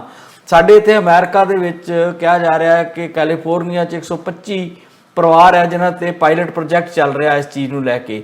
ਸਾਡੇ ਤੇ ਕੈਨੇਡਾ ਦੇ ਵਿੱਚ ਹੈਮਿਲਟਨ ਦੇ 20-25 ਪਰਿਵਾਰ ਨੇ ਜਿਨ੍ਹਾਂ ਤੇ ਪਾਇਲਟ ਪ੍ਰੋਜੈਕਟ ਚੱਲ ਰਿਹਾ। ਉਹਦੇ ਲਈ ਡੀਪ ਸਟੱਡੀ ਹੋ ਰਹੀ ਆ ਕਿ ਘਰ ਬੈਠਿਆਂ ਲੋਕਾਂ ਨੂੰ ਇੰਨੇ ਕੁ ਪੈਸੇ ਦੇਈ ਜਾਓ ਕਿ ਉਹ ਸਾਡੇ ਗਲ ਨਾ ਪੈਣ, ਸਾਡੇ ਕੱਪੜੇ ਨਾ ਪਾੜਨ। ਤੇ ਦੂਜੇ ਪਾਸੇ ਸ਼ਿਫਟ ਜਿਹੜੀ ਆ ਉਹ ਛੋਟੀ ਕਰ ਦਿਓ, ਭਾਵੇਂ ਸ਼ਿਫਟਾਂ ਵਧਾ ਲਓ, ਛੋਟੀ ਕਰ ਦਿਓ, ਸਭ ਨੂੰ ਉਲਝਾ ਲਓ ਕੰਮ 'ਚ। ਸ਼ਿਫਟ 8 ਘੰਟੇ ਦੀ ਜਗ੍ਹਾ 6 ਘੰਟੇ ਕਰ ਦਿਓ, ਕਿਉਂਕਿ ਉਹਨਾਂ ਨੂੰ ਬਹੁਤੇ ਲੇਬਰ ਦੀ ਵੀ ਲੋੜ ਨਹੀਂ ਰਹੀ, ਕਿਉਂਕਿ ਟੈਕਨੋਲੋਜੀ ਜਿਹੜੀ ਆ ਉਹਦੇ ਆਸਰੇ ਉਹਨਾਂ ਨੇ ਬਹੁਤ ਸਾਰੀਆਂ ਚੀਜ਼ਾਂ ਨੂੰ ਸਮਾਜ 'ਚ ਹੌਲੀ ਹੌਲੀ ਮਨਫੀ ਕਰ ਦੇਣਾ। ਇਸੇ ਤਰ੍ਹਾਂ ਹੀ ਕੁਝ ਚੀਜ਼ਾਂ ਹੋਰ ਨੇ ਜਿਹਦੇ ਉੱਤੇ ਵਰਲਡ ਕਾਰਪੋਰੇਟ ਦਾ ਬਹੁਤ ਉਹਨਾਂ ਦੀ ਬਾਜ ਅੱਖ ਹੈ। ਜਿੱਦਾਂ ਫੂਡ ਦੀ ਆਪਾਂ ਗੱਲ ਕਰਦੇ ਰਹੇ ਪਿਛਲੇ ਸਮਿਆਂ 'ਚ, ਜਿਸ ਤਰੀਕੇ ਨਾਲ ਹਾਈਵੇ ਉਸਰ ਰਹੇ ਆ, ਜਿਸ ਤਰੀਕੇ ਨਾਲ ਅਸੀਂ ਵੇਖਦੇ ਹਾਂ એનર્ਜੀ ਦੇ ਸੋਰਸਸ ਬਦਲ ਰਹੇ ਆ। ਜਿੱਦਾਂ ਅਸੀਂ ਦੇਖਦੇ ਹਾਂ ਕਿ ਜਿਹੜਾ ਮਿਡਲ ਈਸਟ ਆ ਉੱਥੇ ਦਾ ਜਿਹੜਾ ਆਇਲ ਆ ਉਹ ਖਤਮ ਹੋ ਰਿਹਾ, ਜਾਂ ਆਇਲ ਦੀ ਲੋੜ ਨਹੀਂ ਰਹਿਣੀ, ਤੇ ਉਹਨਾਂ ਦਾ ਭਵਿੱਖ ਜਿਹੜਾ 30-40-50 ਸਾਲ ਗਾਂਹ ਦਾ ਸੋਚ ਕੇ ਫੂਡ ਉਹਨਾਂ ਨੂੰ ਚਾਹੀਦਾ, ਉਹਦੇ ਲਈ ਪਲਾਨ ਕਰ ਰਹੇ ਆ। ਇਦਾਂ ਦੇ ਅਨੇਕਾਂ ਹੀ ਕੰਮ ਨੇ ਜਿਹੜੇ ਵਰਲਡ ਕਾਰਪੋਰੇਟ ਜਿਹੜਾ ਸੋਚ ਰਿਹਾ। ਮਤਲਬ ਐਗਰੀਕਲਚਰ ਲੈਂਡ ਨੂੰ ਹੜੱਪਣ ਦਾ, ਜਿਹੜੇ ਮਜ਼ਦੂਰੀ ਦਾ ਹੈਗਾ ਘੰਟੇ ਘਟਾਉਣ ਦਾ, ਮਿਨੀਮਮ ਸੈਲਰੀ ਦਾ, ਮਤਲਬ ਆਪਣੀ ਲਾਈਫ ਜਿਹੜੀ ਉਹਨੂੰ ਹੋਰ ਪ੍ਰੋਲੋਂਗ ਕਰਨਾ ਚਾਹੁੰਦਾ ਹੈ ਜਿਹੜਾ ਸਰਮਾਏਦਾਰੀ ਸਿਸਟਮ ਹੈ। ਸੋ ਇਹਨਾਂ ਚੀਜ਼ਾਂ ਦੇ ਸੰਦਰਭ 'ਚ ਇੱਕਾ ਦੁੱਕਾ ਇੱਦਾਂ ਦੀਆਂ ਕਾਰਵਾਈਆਂ ਜਿਹੜੀਆਂ ਉਹ ਕੀ ਖੜ ਸਕਣਗੀਆਂ ਕਿ ਅਸੀਂ ਇਹ ਨਹੀਂ ਕਰਨਾ, ਰੋੜੀਆਂ ਨਹੀਂ ਵੰਡਣੀਆਂ, ਜੋ ਨਹੀਂ ਕਰਨਾ, ਜਦੋਂ ਵਰਲਡ ਕਾਰਪੋਰੇਟ ਦਾ ਰੁਝਾਨ ਇੱਧਰ ਆ। ਦੇਖੋ, ਹਰ ਸੁਸਾਇਟੀ ਦਾ ਜਿਹੜਾ ਵੱਖਰਾ ਵੱਖਰਾ ਇੱਕ ਮੁਹਾਂਦਰਾ ਹੁੰਦਾ, ਤੇ ਭਾਰਤ ਜਿਹੜਾ ਆ ਉਹਨੂੰ ਉਸ ਅੰਦਾਜ਼ 'ਚ ਨਹੀਂ ਲਿਆ ਜਾ ਸਕਦਾ ਜਿਸ ਅੰਦਾਜ਼ ਦੇ ਵਿੱਚ ਜਾਂ ਜਿਸ ਸ਼ੈਲੀ ਦੇ ਨਾਲ ਤੁਸੀਂ ਵਰਲਡ ਕਾਰਪੋਰੇਟ ਦੀ ਗੱਲ ਕੀਤੀ, ਜਿਹੜਾ ਵਿਕਸਿਤ ਮੁਲਕਾਂ ਦੇ ਵਿੱਚ ਜਿਹੜੀਆਂ ਚੀਜ਼ਾਂ ਵਾਪਰ ਰਹੀਆਂ। ਭਾਰਤ ਦਾ ਮਸਲਾ ਹੀ ਹੋਰ ਹੈ। ਭਾਰਤ ਦੇ ਵਿੱਚ ਅਸਲ ਦੇ ਵਿੱਚ ਜਿਹੜਾ ਪਾਪੂਲੇਸ਼ਨ ਜਿਹੜਾ ਉਹ ਇੱਕ ਬਹੁਤ ਵੱਡੀ ਜਿਹੜੀ ਇੱਕ ਕਿਰਤ ਸ਼ਕਤੀ ਜਿਹੜੀ ਪਈ ਹੈ, ਉਹਨੂੰ ਐਕਸਪਲਾਇਟ ਕਿਵੇਂ ਕਰਨਾ ਆ, ਉਹ ਭਾਰਤ ਦੀ ਜਿਹੜੀ ਰਾਜਨੀਤਿਕ ਕਲਾਸ ਹੈਗੀ, ਪੋਲੀਟੀਕਲ ਕਲਾਸ, ਉਹ ਦੇਖਦੀ ਹੈ ਜਾਂ ਕਾਰਪੋਰੇਟ ਦੇਖਦਾ ਹੈ। ਜਿਹੜਾ ਵਿਕਸਿਤ ਮੁਲਕਾਂ ਦੇ ਵਿੱਚ ਜਾਂ ਯੂਰਪੀ ਮੁਲਕਾਂ ਜਾਂ ਅਮਰੀਕਾ ਕੈਨੇਡਾ ਦੇ ਵਿੱਚ ਜਿਹੜਾ ਵੈਲਫੇਅਰ ਸਟੇਟ ਦਾ ਕਨਸੈਪਟ ਰਿਹਾ, ਜਿਹਨੂੰ ਭੰਨ ਤੋੜਨ ਦੀ ਕੋਸ਼ਿਸ਼ ਕਿਸੇ ਸਮੇਂ 'ਚ ਹੋਈ ਹੈ, ਉਹ ਇੱਕ ਪੂਰੇ ਦਾ ਪੂਰਾ ਇਤਿਹਾਸਕ ਫੈਕਟ ਨੇ ਵੀ ਕਿਵੇਂ ਸੋਵੀਅਤ ਯੂਨੀਅਨ ਜਦੋਂ ਹੋਂਦ ਵਿੱਚ ਆਉਂਦਾ ਹੈ ਤੇ ਉਹ ਜਿਹੜਾ ਇੱਕ ਸਮਾਜਵਾਦੀ ਮਾਡਲ ਜਿਹੜਾ ਉਹ ਡਰਾਉਣ ਲੱਗਦਾ ਹੈ ਇਹਨਾਂ ਮੁਲਕਾਂ ਨੂੰ, ਤੇ ਫਿਰ ਉਹ ਇੱਕ ਵੈਲਫੇਅਰ ਸਟੇਟ ਦਾ ਕਨਸੈਪਟ ਲੈ ਕੇ ਆਉਂਦੇ, ਜਿਹਦੇ 'ਚ ਹੈਲਥ ਤੇ ਐਜੂਕੇਸ਼ਨ ਵਗੈਰਾ ਸਪੈਸ਼ਲੀ ਕੁਝ ਇੱਦਾਂ ਦੀਆਂ ਸਹੂਲਤਾਂ ਜਿਹੜੀਆਂ ਉਹ ਲੋਕਾਂ ਵਾਸਤੇ ਦੇਣੀਆਂ ਉਹਨਾਂ ਲਈ ਮਜਬੂਰੀ ਬਣ ਜਾਂਦਾ ਹੈ। ਹੁਣ ਕੋਈ ਇੱਦਾਂ ਦੀ ਕੋਈ ਧਿਰਤਾ ਹੈ ਜਿਹੜੀ ਉਹਨਾਂ ਨੂੰ ਡਰਾਉਂਦੀ ਹੋਵੇ, ਇਸ ਕਰਕੇ ਉਹ ਚੀਜ਼ਾਂ ਨੂੰ ਵਾਪਸ ਲੈ ਰਹੇ ਸੀ। ਪਰ ਨਾਲ ਦੀ ਨਾਲ ਵਰਲਡ ਕਾਰਪੋਰੇਟ ਨੇ ਨਵੀਆਂ ਵਿਧੀਆਂ ਜਿਹੜੀਆਂ ਲੱਭ ਲਈਆਂ, ਜਿੱਦਾਂ ਤੁਸੀਂ ਜ਼ਿਕਰ ਕਰਤਾ, ਮੈਂ ਉਹ ਚੀਜ਼ਾਂ ਦੁਹਰਾਉਂਦਾ ਨਹੀਂ ਵੀ ਆਪਣੇ ਜੀਵਨ ਨੂੰ ਕਿੱਦਾਂ ਹੋਰ ਲੰਬਾ ਕਰਦਾ ਹੈ। ਤੇ ਫਿਰ ਕੁਝ ਚੀਜ਼ਾਂ ਇੱਦਾਂ ਦੀਆਂ ਇਹਨਾਂ ਨੂੰ ਦੇਈ ਜਾਓ, ਲੋਕਾਂ ਨੂੰ ਵੀ ਜਿਹੜਾ ਲਫ਼ਜ਼ ਤੁਸੀਂ ਵੀ ਵਰਤਿਆ, ਮੈਂ ਵੀ ਅਕਸਰ ਕਹਿੰਦਾ ਵੀ ਲੋਕ ਸਾਡੇ ਗਲ ਨਾ ਪੈਣ, ਉਹਨਾਂ ਨੂੰ ਜੀਵਨ ਦੀਆਂ ਇੰਨੀਆਂ ਕੁ ਸਹੂਲਤਾਂ ਜ਼ਰੂਰ ਮਿਲ ਜਾਣ, ਜਿਉਣ ਜੋਗੇ ਹੋਣ, ਐਸ਼ ਕਰਨ ਜੋਗੇ ਹੋਣ। ਵੀਕਐਂਡ ਤੁਸੀਂ ਕਹਿ ਦਿੰਦੇ ਹੋ, ਲੌਂਗ ਵੀਕਐਂਡ ਦੇ ਨਾਂ ਦੇ ਉੱਤੇ 3-3 ਦਿਨ ਜਿਹੜਾ ਤੁਸੀਂ ਐਸ਼ ਕਰੋ, 4 ਦਿਨ ਕੰਮ ਕਰੋ, ਤੇ ਜਿਹੜਾ ਕਮਾਈ ਕੀਤੀ ਆ ਫਿਰ ਉਸੇ ਵਰਲਡ ਨੂੰ ਵਾਪਸ ਮੋੜ ਤੋਂ ਜਿਹਨੇ ਤੁਹਾਨੂੰ ਦਿੱਤੇ ਆ ਪੈਸੇ, ਤੇ ਉਹ ਐਸ਼ ਪ੍ਰਸਤੀ ਦੇ ਵਿੱਚ ਜਿਹੜਾ ਤੁਸੀਂ ਕਰ ਦਿਓ, ਸਾਰਾ ਕੁਝ ਖਤਮ ਕਰ ਦਿਓ, ਤੇ ਮੁੜ ਕੇ 4 ਦਿਨ ਫਿਰ ਤੁਸੀਂ ਕੰਮ ਕਰੋ, ਤੇ 3 ਦਿਨ ਫਿਰ ਇੱਦਾਂ ਐਸ਼ ਕਰੋ। ਇਹ ਜੀਵਨ ਇਸ ਕਿਸਮ ਦਾ ਬਣਾ ਦਿੱਤਾ ਗਿਆ ਕਿ ਲੋਕਾਂ ਨੂੰ ਲੱਗੇ ਕਿ ਸਾਨੂੰ ਸਾਰਾ ਕੁਝ ਮਿਲ ਰਿਹਾ, ਸਾਡੇ ਕੋਲ ਕਾਰ ਹੈਗੀ ਆ, ਸਾਡੇ ਕੋਲ ਘਰ ਹੈਗਾ, ਸਾਡੇ ਕੋਲ ਐਸ਼ ਹੈਗੀ ਹੈ, ਤੇ ਬਸ ਇੱਥੇ ਤੱਕ ਰੱਖੋ ਤਾਂ ਜੋ ਵਿਰੋਧ ਜਿਹੜਾ ਉਹ ਨਾ ਹੋਵੇ। ਇਹ ਵਿਕਸਿਤ ਮੁਲਕਾਂ ਦੇ ਵਿੱਚ ਆਮ ਤੌਰ ਦੇ ਉੱਤੇ ਇਸ ਤਰ੍ਹਾਂ ਦਾ ਮਾਹੌਲ ਕ੍ਰੀਏਟ ਕੀਤਾ ਗਿਆ। ਉਹਨਾਂ ਦੀ ਪਾਪੂਲੇਸ਼ਨ ਦਾ ਸਾਈਜ਼ ਵੀ ਭਾਰਤ ਦੇ ਮੁਕਾਬਲੇ ਬਹੁਤ ਮਜ਼ਬੂਤ ਹੈ। ਭਾਰਤ ਦੇ ਵਿੱਚ ਕਿਰਤ ਦੇ ਘੰਟੇ ਜਿਹੜੇ ਆ ਸਗੋਂ ਜ਼ਿਆਦਾ ਵਧਾ ਦਿੱਤੇ ਗਏ ਆ, ਵੈਸੇ ਤਾਂ ਸਾਰੀ ਦੁਨੀਆ 'ਚ ਹੀ ਹੈ, ਪਰ ਇਹ ਵੀ ਭਾਰਤ ਦੇ ਵਿੱਚ ਉਹ ਮਤਲਬ ਉਹਦੇ 'ਚ 8 ਤੋਂ 10 ਘੰਟੇ 12 ਘੰਟੇ। ਕਾਰਪੋਰੇਟ ਦੇ ਵਿੱਚ ਤਾਂ ਇਹ ਹੈ, ਤੁਸੀਂ ਦੇਖ ਲਓਗੇ ਕਿਸੇ ਪ੍ਰਾਈਵੇਟ ਬੈਂਕ ਦਾ ਹਾਲ ਇਹ ਦੇਖ ਲਓ, ਸਵੇਰੇ 8 ਵਜੇ ਉਹ ਬੁਲਾ ਲੈਂਦੇ ਆ ਤੇ ਰਾਤ 10-10 ਵਜੇ ਤੱਕ ਜਿਹੜੇ ਆ ਬੈਂਕ ਉੱਦਾਂ ਬੰਦ ਹੋ ਜਾਂਦੇ ਆ, ਸ਼ਟਰ ਡਿੱਗ ਜਾਂਦੇ ਆ, ਅੰਦਰ ਜਿਹੜਾ ਸਟਾਫ ਬੈਠਾ ਕੰਮ ਕਰ ਰਿਹਾ ਹੁੰਦਾ, ਤੇ ਉਹਨਾਂ ਨੂੰ ਟਾਰਗੇਟ ਦਿੱਤੇ ਆ। ਇਕੱਲੇ ਬੈਂਕਿੰਗ ਸਿਸਟਮ ਦੀ ਗੱਲ ਨਹੀਂ, ਬਾਕੀ ਸਾਰੇ ਜਿਹੜੇ ਸੈਕਟਰ ਵੀ ਹੈਗੇ ਆ। ਸੋ ਇੱਥੇ 8 ਘੰਟੇ ਦੀ ਥਾਂ ਤੇ 10-10 12-12 ਘੰਟੇ ਜਿਹੜਾ ਬੰਦੇ ਤੋਂ ਕੰਮ ਲਿਆ ਜਾ ਰਿਹਾ, ਬਿਲਕੁਲ ਵੱਖਰਾ ਆ। ਸਾਡਾ ਪਾਪੂਲੇਸ਼ਨ ਜਿਹੜੀ ਆ ਉਹ ਆਪਣੇ ਆਪ ਦੇ ਵਿੱਚ ਉਹਨਾਂ ਵਾਸਤੇ ਇੱਕ ਮੰਡੀ ਵੀ ਹੈ, ਤੇ ਉਹ ਜਿਹੜੀ ਕਿਰਤ ਸ਼ਕਤੀ ਜਿਹੜੀ ਆ ਉਹਨੂੰ ਐਕਸਪਲਾਇਟ ਕਿੱਦਾਂ ਕਰਨਾ ਉਹ ਵੀ ਹੈ। ਬਹੁਤ ਸਾਰੀਆਂ ਚੀਜ਼ਾਂ ਇੱਥੇ ਹੋਰ ਤਰ੍ਹਾਂ ਵਾਪਰਦੀਆਂ। ਸਾਡਾ ਚੀਨ ਦਾ ਜਾਂ ਭਾਰਤ ਦਾ ਜਾਂ ਏਸ਼ੀਆਈ ਮੁਲਕਾਂ ਦਾ ਤੇ ਯੂਰਪੀ ਮੁਲਕਾਂ ਦਾ ਜਿਹੜਾ ਬਹੁਤ ਅੰਤਰ ਹੈ। ਤੇ ਹਰ ਕਾਰਪੋਰੇਟ ਜਿਹੜਾ ਹੈ, ਹਰ ਮੁਲਕ ਦੇ ਦੀ ਜਿਹੜੀ ਉੱਥੋਂ ਦੀ ਆਵਾਮ ਹੈ ਉਹਨੂੰ ਵੱਖਰੇ ਢੰਗ ਦੇ ਨਾਲ ਇੰਗੇਜ ਕਰਦਾ ਹੈ ਜੀ। ਭਾਰਤ ਵੱਲ ਪਰਦੇ ਆ ਜੀ, ਸੁਪਰੀਮ ਕੋਰਟ ਦੇ ਇੱਕ ਟਿੱਪਣੀ, ਮੈਂ ਕਹਿੰਦਾ ਸਾਡਾ ਜਿਹੜਾ ਮੀਡੀਆ ਆ ਉਹਨੇ ਵੀ ਕੋਈ ਸ਼ਬਦ ਘੜ ਲਏ ਆ, ਇੱਕ ਫਰੇਮਵਰਕ ਜਿਹਾ ਬਣਿਆ ਉਹ 'ਚ ਹੀ ਕਹਿੰਦੇ ਆ ਜੇ ਕੋਈ ਸੁਪਰੀਮ ਕੋਰਟ ਟਿੱਪਣੀ ਕਰਦੇ ਆ ਤੇ ਅਸੀਂ ਸ਼ਬਦ ਵਰਤਦੇ ਆ ਫਟਕਾਰ ਪਾਈ। ਜੇ ਕੋਈ ਇਸ ਤਰ੍ਹਾਂ ਦੀਆਂ ਹੋਰ ਕਈ ਚੀਜ਼ਾਂ ਨੇ, ਇੱਕ ਮਾੜੀ ਜੀ ਕਿਸੇ ਦੀ FIR ਦਰਜ ਹੋ ਜਾਂਦੀ ਆ, ਹਾਲਾ ਸਾਨੂੰ ਪਤਾ ਕਿ ਇਹਨਾਂ ਲੀਡਰਾਂ ਨੂੰ ਹੋਣਾ ਕੱਖ ਨਹੀਂ ਹੁੰਦਾ ਤੇ ਉਹਦੇ 'ਚ ਸ਼ਬਦ ਵਰਤਿਆ ਜਾਂਦਾ ਮੁਸ਼ਕਲਾਂ ਵਧੀਆਂ। ਮੁਸ਼ਕਲ ਉਹਦੀ ਕੁਝ ਵੀ ਨਹੀਂ ਹੁੰਦੀ, ਉਹ ਵਿਚਾਰਾ ਦੂਜੇ ਤੀਜੇ ਦਿਨ ਵਾਪਸ ਘਰ ਆ ਜਾਂਦਾ। ਤੇ ਹੁਣ ਸੁਪਰੀਮ ਕੋਰਟ ਇਲੈਕਸ਼ਨ ਕਮਿਸ਼ਨ ਦੇ ਉੱਤੇ ਕੋਈ ਟਿੱਪਣੀ ਕਰਦਾ ਤੇ ਉਹਨੂੰ ਕਹਿੰਦੇ ਆ ਜੀ ਫਟਕਾਰ ਪਾਤੀ ਜੀ ਉਹਨਾਂ ਬੜੀ, ਤੇ ਉਹਦਾ ਅਸਰ ਉਸਰ ਤੇ ਕੋਈ ਹੁੰਦਾ ਨਹੀਂ। ਸੁਪਰੀਮ ਕੋਰਟ ਸਰਕਾਰ ਨੂੰ ਹਦਾਇਤ ਨਹੀਂ ਦੇ ਸਕਦਾ ਕਿ ਤੁਸੀਂ ਇਹ ਨਿਯਮ ਬਣਾਓ, ਵੀ ਕਾਨੂੰਨ ਬਣਾਓ, ਕਾਨੂੰਨ ਬਣਾ ਕੇ ਸਾਨੂੰ ਉਹਦਾ ਖਰੜਾ ਪੇਸ਼ ਕਰੋ। ਜਦੋਂ ਆਪਾਂ ਕਹਿੰਦੇ ਵੀ ਸੁਪਰੀਮ ਕੋਰਟ ਇੰਨੀ ਪਾਵਰਫੁਲ ਹੈ ਭਾਰਤ ਦੀ ਕਿ ਉਹ ਸਰਕਾਰ ਨੂੰ ਵੀ ਝੁਕਾ ਸਕਦੀ ਆ, ਬਹੁਤ ਸਾਰੇ ਮਸਲਿਆਂ ਦੇ ਉੱਤੇ ਆਪਾਂ ਵੇਖਿਆ ਵੀ ਅੱਗੇ ਕਿ ਸਰਕਾਰ ਦੀਆਂ ਨੀਤੀਆਂ ਦੇ ਖਿਲਾਫ ਬਿਆਨ ਵੀ ਦੇ ਦਿੰਦੇ ਆ ਔਰ ਉੱਤੇ ਅਮਲ ਵੀ ਕਰਾ ਲੈਂਦੇ ਜੋ ਚਾਹਣ ਤਾਂ।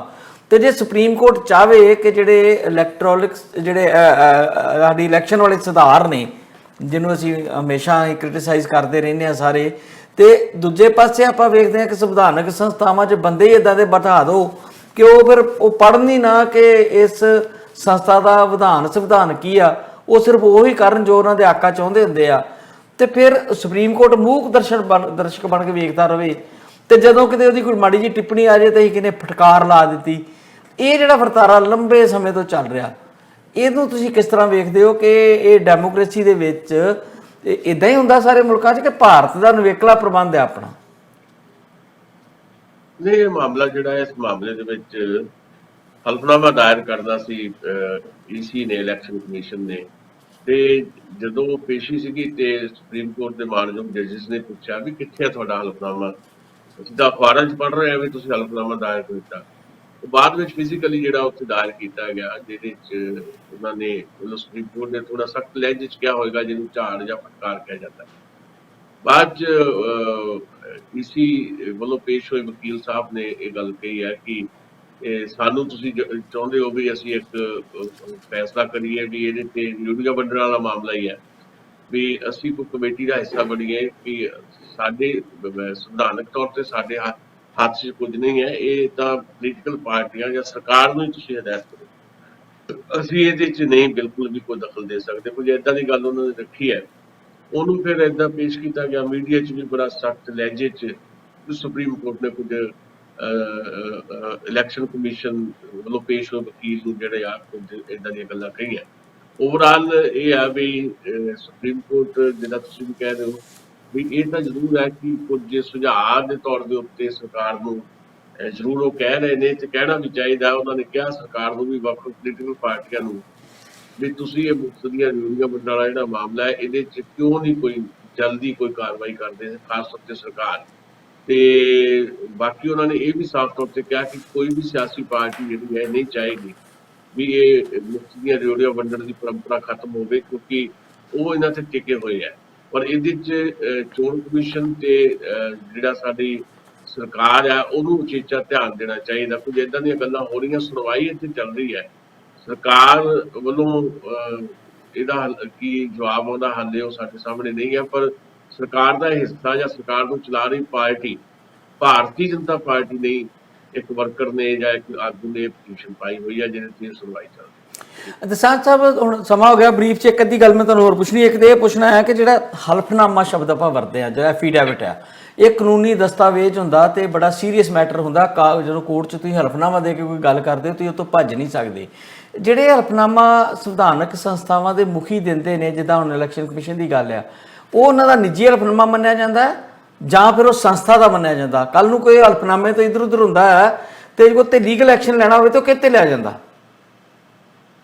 ਨਹੀਂ, ਸਿੰਪਲ ਜੀ ਗੱਲ ਹੈ ਕਿ ਜੇ EC ਨੂੰ ਪੁੱਛਿਆ ਗਿਆ ਤੇ EC ਵੱਲੋਂ ਜੇ ਹਲਫਨਾਮਾ ਦਾਖਲ ਹੋਇਆ ਕਿਸੇ ਵਿਅਕਤੀ ਦਾ ਥੋੜ੍ਹਾ, ਇਹ ਤਾਂ ਸੰਸਥਾ ਦਾ ਹੀ ਹੈ ਨਾ। ਹਾਂ, ਬਕਾਇਦਾ ਤੈਅ ਹੋਇਆ ਹੋਏਗਾ ਉਹਦੇ ਮੁਤਾਬਕ ਹੀ ਹਲਫਨਾਮਾ, ਉਹ ਨਿੱਜੀ ਹੋ ਹੀ ਨਹੀਂ ਸਕਦਾ। ਨਹੀਂ ਫਿਰ ਸੰਸਥਾ ਨੂੰ ਕੀ ਸਜ਼ਾ ਮਿਲਦੀ ਹੈ ਹਲਫਨਾਮੇ ਦੀ ਉਲੰਘਣਾ ਕਰਨ ਦੀ? ਸੰਸਥਾ ਨੂੰ ਕੀ ਕੀਤਾ ਜਾਂਦਾ? ਵਿਅਕਤੀ ਨੂੰ ਤਾਂ ਪੜ ਕੇ ਅੰਦਰ ਵੀ ਕਰ ਦਿੰਦੇ ਆ, ਉੱਤੇ ਪਨਿਸ਼ਮੈਂਟ ਲੱਗ ਜਾਂਦੀ ਆ, ਉਹਦੀ ਜਾਇਦਾਦ ਕੁਰਕ ਹੋ ਸਕਦੀ ਹੈ, ਤਾਂ ਕੁਝ ਵੀ ਹੋ ਸਕਦਾ ਕਿਉਂਕਿ ਉਹ ਲੀਗਲ ਦਸਤਾਵੇਜ਼ ਆ। ਤੇ ਜਦੋਂ ਕੋਈ ਸੰਵਿਧਾਨਕ ਬੈਠਾ ਹੋਇਆ ਪਦ ਤੇ ਬੰਦਾ ਕੋਈ ਹਲਫਨਾਮਾ ਦਾਇਰ ਕਰਦਾ, ਸੋਚ ਤੇ ਉਹਦੀ ਉਸ ਵੇਲੇ ਹੁੰਦੀ ਹੈ ਨਾ ਕਿ ਮੈਂ ਇਦਾਂ ਚਲਾ ਰਿਹਾ ਉਹਨੂੰ, ਤੇ ਫਿਰ ਉਹ ਸੰਸਥਾ ਨੂੰ ਕੀ ਕਰ ਦਿੰਦੇ ਆ? ਸੰਸਥਾ ਨੂੰ ਕੋਈ ਉਹਦੀ ਪ੍ਰਾਪਰਟੀ ਕੁਰ ਕਰ ਲੈਂਦੇ ਆ? ਨਹੀਂ, ਇਹ ਨਹੀਂ ਹੈ। ਫਿਰ ਉਹ ਬਕਾਇਦਾ ਨੋਟਿਸ ਤਾਂ ਲਾਜ਼ਮੀ ਤੌਰ ਤੇ ਸੰਸਥਾ ਦੇ ਅਧਿਕਾਰੀ ਨੂੰ ਜਾਏਗਾ, ਚਾਹੇ ਅਧਿਕਾਰੀ ਬਦਲਿਆ ਹੀ ਹੋਵੇ। ਹਾਂ, ਜੇ ਹੁਣ ਬਾਈ ਦ ਵੇ ਸੰਸਥਾ ਹੈ, ਉਹਦਾ ਕੋਈ ਮੁਖੀ ਹੈ, ਤੇ ਜਦੋਂ ਤੱਕ ਉਹ ਮੁਖੀ ਆ ਉਦੋਂ ਤੱਕ ਤਾਂ ਲਾਜ਼ਮੀ ਤੌਰ ਤੇ ਉਹ ਜਵਾਬਦੇਹ ਹੈ। ਜਦੋਂ ਉਹ ਚਲਾ ਜਾਂਦਾ ਤੇ ਮੁੜ ਕੇ ਸੰਸਥਾ ਉਹਦੀ ਜਿਹੜੀ ਆ, ਉਹਦੇ ਜਿਹੜੇ ਬਾਕੀ ਅਧਿਕਾਰੀ ਆ ਜਾਂਦੇ, ਉਹ ਤੋਂ ਵੱਖਰਾ ਸਟੈਂਡ ਲੈ ਲੈਂਦੇ ਆ, ਤੇ ਉਹਦਾ ਨੋਟਿਸ ਵਗੈਰਾ ਜਾਰੀ ਹੋ ਸਕਦਾ। ਉਹ ਤਾਂ ਕੋਰਟ ਹੀ ਦੇਖੇਗੀ ਜਾਂ ਐਕਸਪਰਟ ਜਿਹੜੇ ਉਹੀ ਦੱਸਣਗੇ ਵੀ ਉਹਦੇ ਯਾਨੀ ਕਿ ਹਲਫਨਾਮੇ ਤੇ ਕੋਈ ਸਜ਼ਾ ਨਹੀਂ ਹੈ, ਫਿਰ ਉਹ ਜੋ ਮਰਜ਼ੀ ਲਿਖ ਕੇ ਦੇ ਦੇਣ, ਕੋਈ ਗੱਲ ਨਹੀਂ, ਬਾਅਦ ਚ ਮੁੱਕਰ ਜਾਣਗੇ, ਬੰਦਾ ਬਦਲ ਜੂ, ਗੱਲ ਖਤਮ ਹੋ ਗਈ। ਫਿਰ ਕੋਰਟ ਦਾ ਫਿਰ ਕੁਝ ਹੋਈ ਨਾ, ਉਹ ਤਾਂ ਖੇਡ ਹੋ ਗਈ ਨਾ ਇੱਕ। ਇਮੀਡੀਏਟ ਸਜ਼ਾ ਤਾਂ ਕਿਤੇ ਵੀ ਨਹੀਂ ਹੋ ਸਕਦੀ, ਚਾਹੇ ਕੋਈ ਵਿਅਕਤੀ ਵੀ ਮੁੱਕਰ ਜਾਵੇ। ਨਹੀਂ, ਤੁਸੀਂ ਕੋਈ ਗਲਤ ਹਲਫਨਾਮਾ ਦੇ ਕੇ $100 ਵਾਲਾ ਗਲਤ ਹਲਫਨਾਮਾ ਦੇ ਕੇ ਵੇਖ ਲਿਓ, ਕੋਰਟ 'ਚ ਤੁਹਾਨੂੰ ਕਿੱਦਾਂ ਘਸੀਟਦੇ ਆ। ਮਤਲਬ ਹਲਫਨਾਮਾ ਇੱਕ ਬਹੁਤ ਇੰਪੋਰਟੈਂਟ ਦਸਤਾਵੇਜ਼ ਗਿਣਿਆ ਜਾਂਦਾ ਕੋਰਟ ਦੇ ਸਿਸਟਮ ਦੇ ਵਿੱਚ। ਬਿਲਕੁਲ ਤੁਹਾਡੀ ਠੀਕ ਹੈ, ਪਰ ਇਹ ਵੀ ਜੇ ਕੋਈ ਸੰਸਥਾ ਜਿਹੜੀ ਹੈ ਉਹਦਾ ਸੈਟਅਪ ਬਦਲ ਜਾਂਦਾ ਹੈ, ਤੇ ਉਹ ਸੰਸਥਾ ਦੇ ਲੋਕ ਜਿਹੜੇ ਆ ਕੋਈ ਨਵੇਂ ਤੱਥ ਦੇ ਦਿੰਦੇ ਆ ਜਾਂ ਨਵੀਂ ਦਲੀਲ ਦੇ ਦਿੰਦੇ ਆ, ਉਹਦੇ ਤੇ ਇਮੀਡੀਏਟ ਸਜ਼ਾ ਤਾਂ ਨਹੀਂ ਹੋ ਸਕਦੀ। ਉਹ ਠੀਕ ਹੈ, ਉਹਦੇ ਤੇ ਬਹਿਸ ਚੱਲੇਗੀ, ਫਿਰ ਉਸ ਤੋਂ ਬਾਅਦ ਜਿਹੜਾ ਕੋਈ ਬਣਦੀ ਕਾਰਵਾਈ ਹੋਏਗੀ। ਬਾਕੀ ਇਹਦੇ ਬਾਰੇ ਤਾਂ ਕਾਨੂੰਨੀ ਜਿਹੜੇ ਮਾਹਰ ਹੈ ਉਹੀ ਦੱਸ ਸਕਦੇ। ਅਸੀਂ ਤਾਂ ਕੋਈ ਮਤਲਬ ਇਹਦਾ ਕੋਈ ਐਕਸਪਰਟ ਨਹੀਂ ਆਪਾਂ ਹੈਗੇ ਜਿਹਦੇ ਬਾਰੇ ਇਮੀਡੀਏਟ ਕਿਤੇ ਆਉਣਗੇ ਤੁਹਾਡੇ ਕੋਲ। ਇੱਥੇ ਸਾਡੇ ਅਮਰਜੀਤ ਉਹਦਾ ਨਾਮ ਹੈ, ਪੂਰਾ ਫੋਨ ਤੋਂ ਲੰਘ ਗਿਆ, ਤੇ ਜਾਂ ਸਿੰਘ ਚੀਮਾ ਜੀ ਨੂੰ ਕਿਤੇ ਪੁੱਛਾਂਗੇ ਆਪਾਂ ਵੀ, ਦੱਸੋ ਕੀ ਹੋ ਸਕਦਾ ਇਹਦੇ ਮਾਹਰ ਦੇ। ਨਹੀਂ, ਮੇਰੇ ਦਿਮਾਗ 'ਚ ਆ ਰਿਹਾ ਸੀ ਕਿ ਇਹ ਬੜਾ ਇੰਪੋਰਟੈਂਟ ਜੀ ਗੱਲ ਹੈ ਕਿ ਇਹਨੂੰ ਬੜਾ ਉੱਦਾਂ ਆਮ ਵਿਅਕਤੀ ਵਾਸਤੇ ਬੜਾ ਇੱਕ ਘਾਤਕ ਇਹ ਹੁੰਦਾ ਵੀ ਹਲਫਨਾਮੇ 'ਚ ਇੱਕ ਅੱਖਰ ਵੀ ਗਲਤ ਲਿਖ ਦਿੱਤਾ ਤੇ ਉਹ ਬੰਦੇ ਨੂੰ ਬਹੁਤ ਜ਼ਿਆਦਾ ਸਖਤ ਸਜ਼ਾ ਮਿਲ ਸਕਦੀ ਆ। ਅੱਛਾ, ਧਰਮ ਸੋਧਰਾਂ ਦੀਆਂ ਮੁਸ਼ਕਲਾਂ ਵਧੀਆਂ ਜਿਹੜੀ ਗੱਲ ਮੈਂ ਕਰ ਰਿਹਾ ਸੀਗਾ। ਦੂਜੇ ਪਾਸੇ ਇੱਕ ਉਹ ਹੈਗੇ ਨੇ ਜੀ ਬੜੇ ਮਦਨ ਲਾਲ ਜਲਾਲਪੁਰ, ਜਿਨ੍ਹਾਂ ਦੀ ਬੜੀ ਊਟ ਪਟਾਂਗ ਪਿੱਛੇ ਸਟੇਟਮੈਂਟ ਵੀ ਆਈਆਂ ਸੀ VC ਪਟਿਆਲਾ ਦੇ ਸੰਬੰਧ 'ਚ, ਉਹਨਾਂ ਦੇ ਘਪਲੇ ਸਾਹਮਣੇ ਆ ਰਹੇ ਆ ਤੇ ਉਹ ਆਸਟ੍ਰੇਲੀਆ ਨੂੰ ਭੱਜ ਗਏ। ਪਹਿਲਾਂ ਉਹਦਾ ਭਾਣਜਾ ਜਾਂ ਭਤੀਜਾ ਵੀ ਭੱਜਿਆ ਸੀਗਾ, ਜਿਹਨੇ ਜੰਡਿਆਲੇ ਗੁਰੂ ਕੇ ਕਿੱਥੇ ਵੱਡਾ ਘਟਾਲਾ ਕੀਤਾ ਸੀਗਾ।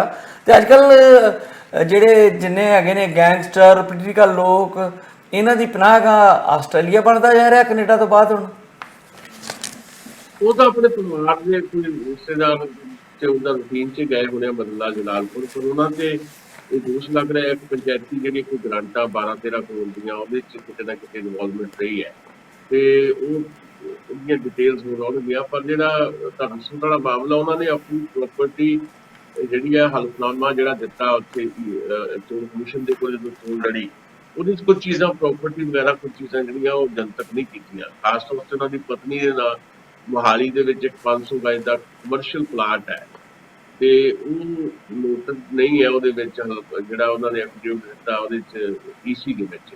ਇਸ ਕਰਕੇ ਇੱਕ ਨਵੀਂ FIR ਜਿਹੜੀ ਉਹਨਾਂ ਤੇ ਦਰਜ ਹੋ ਸਕਦੀ ਹੈ। ਵਿਜੀਲੈਂਸ ਇਹਦੇ 'ਚ ਜਾਂਚ ਕਰ ਰਹੀ ਹੈ, ਤੇ ਬਕਾਇਦਾ ਚੋਣ ਕਮਿਸ਼ਨ ਵੱਲੋਂ ਵੀ ਜਿਹੜੀ ਹੈ ਚਿੱਠੀ ਜਾਰੀ ਹੋ ਚੁੱਕੀ ਹੈ। ਇਸ ਕਰਕੇ ਲੱਗਦਾ ਹੈ ਕਿ ਉਹਨਾਂ ਦੇ ਖਿਲਾਫ ਇੱਕ ਹੋਰ FIR ਹੋ ਸਕਦੀ ਹੈ, ਜਿਸ ਕਰਕੇ ਕਿਹਾ ਜਾ ਰਿਹਾ ਕਿ ਉਹ ਮੁਸੀਬਤ ਉਹਨਾਂ ਦੀ ਵੱਧ ਸਕਦੀ ਹੈ। ਬਹੁਤ ਬਹੁਤ ਸ਼ੁਕਰੀਆ ਜੀ। ਵੇਖ ਲਓ, ਤੁਸੀਂ ਖੁਦ ਹੀ ਕਹਿਤਾ ਕਿ ਹਲਫਨਾਮਾ ਕਿੰਨਾ ਅਹਿਮ ਹੁੰਦਾ। ਇੱਕ ਵਿਅਕਤੀ ਨੂੰ ਘੇਰਨ ਲਈ ਹਲਫਨਾਮਾ ਕੁਝ ਵੀ ਹੋ ਸਕਦਾ, ਤੇ ਸੰਸਥਾ ਦਾ ਮੁਖੀ ਹਲਫਨਾਮਾ ਦੇ ਕੇ ਆਰਾਮ ਨਾਲ ਆਪਣੇ ਘਰ ਚਲ ਜਾਂਦਾ, ਨਵਾਂ ਬਦਲ ਜਾਂਦਾ, ਉਹਨੂੰ ਕੋਈ ਪੁੱਛਣ ਵਾਲਾ ਨਹੀਂ। ਮੇਰਾ ਸਵਾਲ ਇਹ ਸੀਗਾ, ਇਹ ਪੁੱਛ ਲਿਓ ਕਿਸੇ ਵਕੀਲ ਕੋਲੋਂ ਕਿ ਜਦੋਂ ਕੋਈ ਮੁਖੀ ਦੇ ਤੌਰ ਤੇ ਹਲਫਨਾਮਾ ਦਿੰਦਾ ਤੇ ਉਹਦੀ ਸਜ਼ਾ ਕੀ ਆ। ਬਿਲਕੁਲ, ਬਹੁਤ ਸ਼ੁਕਰੀਆ ਤੁਹਾਡਾ, ਧੰਨਵਾਦ ਜੀ। ਮਿਲਦੇ ਹਾਂ ਕੱਲ ਦੇ ਪ੍ਰੋਗਰਾਮ 'ਚ। ਤੱਥਾਂ ਸਹਿਤ ਸਹੀ ਅਤੇ ਸਟੀਕ ਵਿਸ਼ਲੇਸ਼ਣ ਪੇਸ਼ ਕਰਦਾ ਇਹ ਹੈ TV ਪੰਜਾਬੀ ਦੁਨੀਆ। ਆਪਣੀ ਬੋਲੀ, ਆਪਣਾ ਮਾਣ।